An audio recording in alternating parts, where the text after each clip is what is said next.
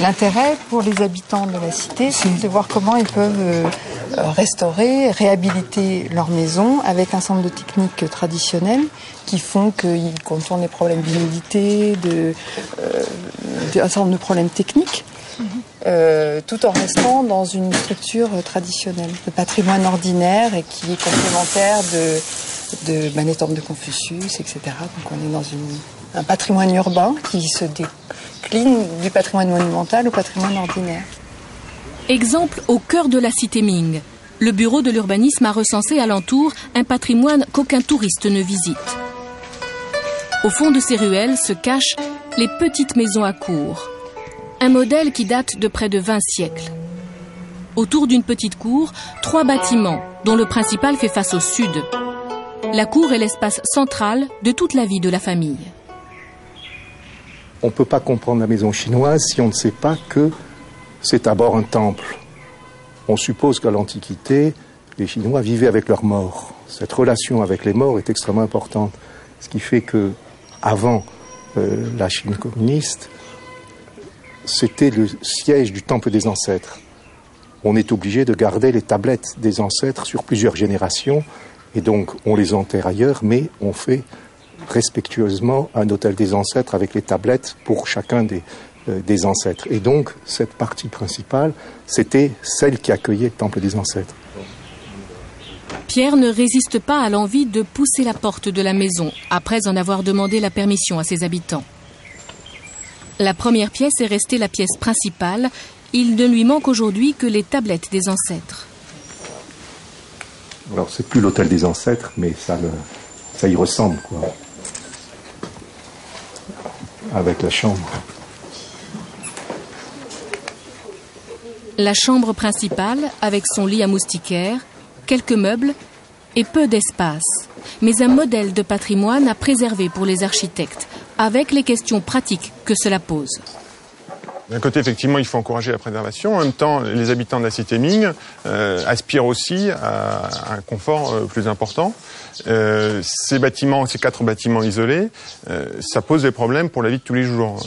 Forcément, pour se rendre d'une pièce à l'autre, il faut passer par la cour qui distribue l'ensemble des différentes pièces. Donc l'hiver, il fait relativement froid. Il peut pleuvoir une certaine partie de l'année. Donc il faut arriver à trouver un système pour mettre en relation les différents bâtiments et pour amener des éléments de confort comme les salles de bain, les cuisines, les toilettes, sans pour autant détériorer les bâtiments principaux. Le samedi suivant, la rue Goulot a pris un aspect insolite.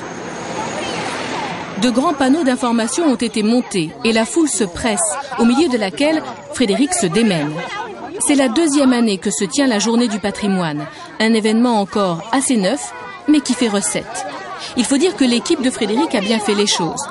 Des t-shirts récompensent ceux qui répondent à un questionnaire sur le patrimoine. Une façon de sonder la population et de la sensibiliser à la question. Et visiblement, le message passe. Le patrimoine culturel, c'est important pour vous ? Bien sûr, c'est important. Et pourquoi ? D'une part, si vous avez un patrimoine culturel, vous pouvez le faire savoir et c'est ensuite reconnu par le monde entier. D'autre part, les habitants sont plus conscients que ce patrimoine est important et qu'il faut le protéger.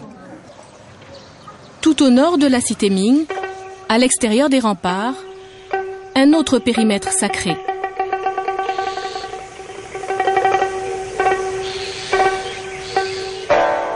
Le lieu est dit la forêt du Grand Sage.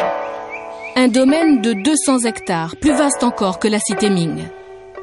Ici sont enterrés le maître et ses multiples descendants. Le cimetière est réservé à la lignée Kong, hier comme aujourd'hui. Après le bruit de la ville, le site est un havre de paix et de nature. Plus de 9000 arbres rares y sont répertoriés.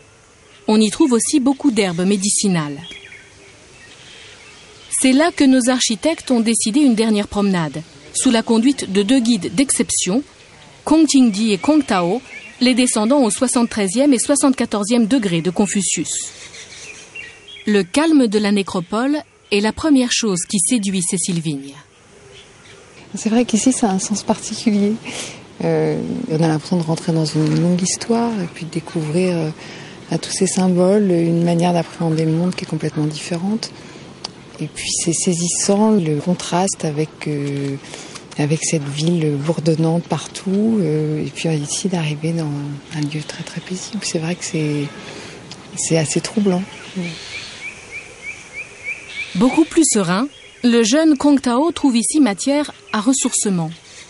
Il n'y a rien de triste, c'est la loi humaine. Génération après génération, des hommes remplacent d'autres hommes. Certains meurent, d'autres naissent. C'est la loi de la nature. Autour des sépultures les plus illustres, des statues impressionnantes montent la garde pour l'éternité. Le tombeau de Confucius n'est pas le plus riche, mais l'allée qui y conduit est la plus chargée de symboles. Sous une stèle imposante repose l'un des maîtres à penser de l'humanité. Les disciples de Confucius se comptent aujourd'hui par millions, héritiers des tout premiers fidèles parmi les fidèles.